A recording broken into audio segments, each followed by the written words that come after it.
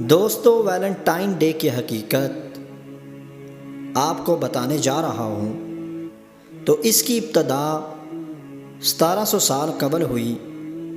اس وقت یہ ایک مشرکانہ عید تھی، کیونکہ اہل روم کے نزدیک 14 فروری کا دن چونکہ جونو دیوی کے نزدیک مقدس تھا اور جونو کو عورتوں اور شادی بیاہ کی دیوی کہا جاتا تھا، اسی لیے رومیوں نے اس دن کو عید کا دن ٹھہرا لیا۔ پھر تیسری صدی عیسوی کے آخر میں رومانی بادشاہ کلاڈیس ثانی کے زیر حکومت رہتا تھا۔ کسی نافرمانی کی بنا پر بادشاہ نے پادری کو جیل کے حوالے کر دیا۔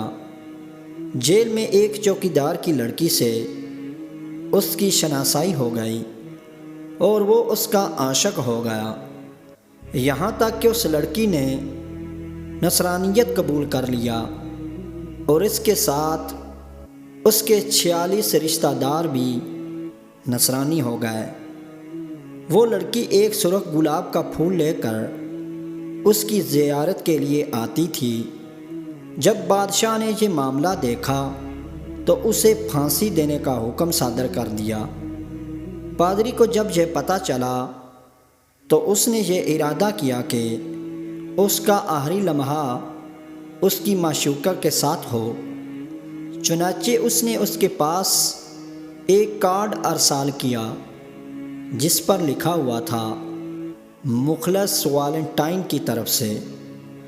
پھر اسے 14 فروری 270 کو پھانسی دے دی گئی۔ اس کے یورپ کی بہت سی بستیوں میں ہر سال اس دن لڑکیوں کی لڑکوں سے کارڈ بھیجنے کا رواج چل پڑا۔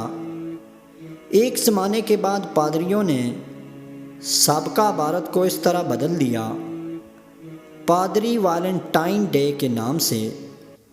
انہوں نے ایسا اس لیے کیا تاکہ پادری ویلنٹائن ڈے اور اس کی معشوقہ کو زندہ جاوید کر دیں۔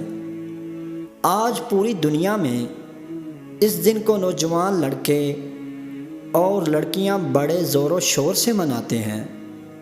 اس موقع پر ویلنٹائن کارڈ ارسال کیے جاتے ہیں، خاص طور سے سرخ گلاب کے پھول پیش کیے جاتے ہیں، ویلنٹائن ڈے کی مبارکباد دی جاتی ہے، رقص و سرور کی محفلیں منعقد ہوتی ہیں۔ افسوس کہ مسلم معاشرہ بھی اس سے محفوظ نہیں ہے، حالانکہ یہ ایک خالص بت پرستانہ عیسائی کا عقیدہ ہے جس میں ایک کافر نصرانی شخصیت کی یادگار منائی جاتی ہے اور اس کی آڑ میں فاسد عقائد، بے دینی اخلاق، فحش کاری اور فسق و فجور کی رویج کی جاتی ہے۔ لہٰذا کسی مسلمان کے لیے اس ویلنٹائن ڈے کو منانا یا اس کی محفل میں شریک ہونا یا کسی کو اس کی مبارکباد دینا، ویلنٹائن کارڈ یا سرخ پھول یا پھر کسی بھی قسم کا تحفہ پیش کرنا جائز نہیں ہے، کیونکہ یہ عیسائیوں کے عادات و تقالید میں سے ایک ہے۔ لہٰذا اسے منانا اللہ کے دشمنوں کی مشابہت کرنا ہے، جس کے انجام بد سے آگاہ کرتے ہوئے اللہ کے رسول صلی اللہ علیہ وآلہ وسلم کا ارشاد ہے کہ جس نے کسی قوم کی مشابہت اختیار کی وہ انہی میں سے ہے۔ ایک اور حدیث میں اللہ کے رسول صلی اللہ علیہ وآلہ وسلم کا ارشاد ہے، وہ ہم میں سے نہیں جو غیروں کی مشابہت اختیار کرتا ہے۔ اس دن کے موقع پر جس محبت کا اظہار کیا جاتا ہے، عمومی طور پر وہ غیر محرم، غیر مرد ہو یا عورت کے ساتھ عشق و غرام کی محبت ہوتی ہے، جسے شریعت نے حرام قرار دیا ہے، کیونکہ اس کا نتیجہ زنا، فحش کاری اور والدین سے اولاد کی بغاوت کی صورت میں ظاہر ہوتا ہے۔ اس لیے ہر غیرت مند مسلمان کے لیے یہ پیغام ہے کہ وہ اپنے دین پر مضبوطی سے قائم رہے اور اس بات پر فخر محسوس کرے۔ غیر قوموں کی مشاہبت، ان کی عیدوں میں شرکت، ان کی عیدوں کو اپنے ملک میں ترویج دینے اور کافروں کی شرکیہ عیدوں کے موقع پر انہیں تحفہ تحائف اور مبارکباد پیش کر کے اپنے دین کو برباد کرنے سے بچا لیں، یہ ہم سب کا فرض ہے، ورنہ آخرت میں ایک عبرتناک عذاب ہمارا مقدر ہے۔ خدا را اس بیہودہ رسم کو منانا چھوڑ دیں۔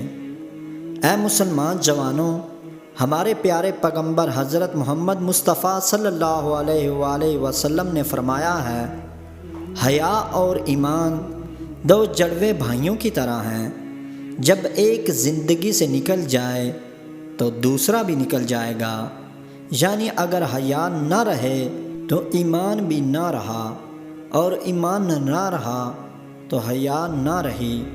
اے امت مسلمہ کے جوانوں، سن لو، تمہارے رسول صلی اللہ علیہ وآلہ وسلم نے فرمایا، جس میں حیا نہ رہی اس میں ایمان بھی نہ رہا۔ جب اللہ تعالیٰ کسی بندے کی ہلاکت کا ارادہ کرتا ہے تو اس سے حیا کو کھینچ لیتا ہے۔ خبردار، حیا ایمان کا حصہ ہے۔ آئیے ہم ایماندار اور با حیا ہونے کے تقاضے کو سامنے رکھتے ہوئے اس جرم عظیم سے اپنے آپ اور اپنی نسلوں کو بچانے کی فکر کریں۔ اللہ تعالیٰ ہم سب کو عمل کی توفیق عطا فرمائے۔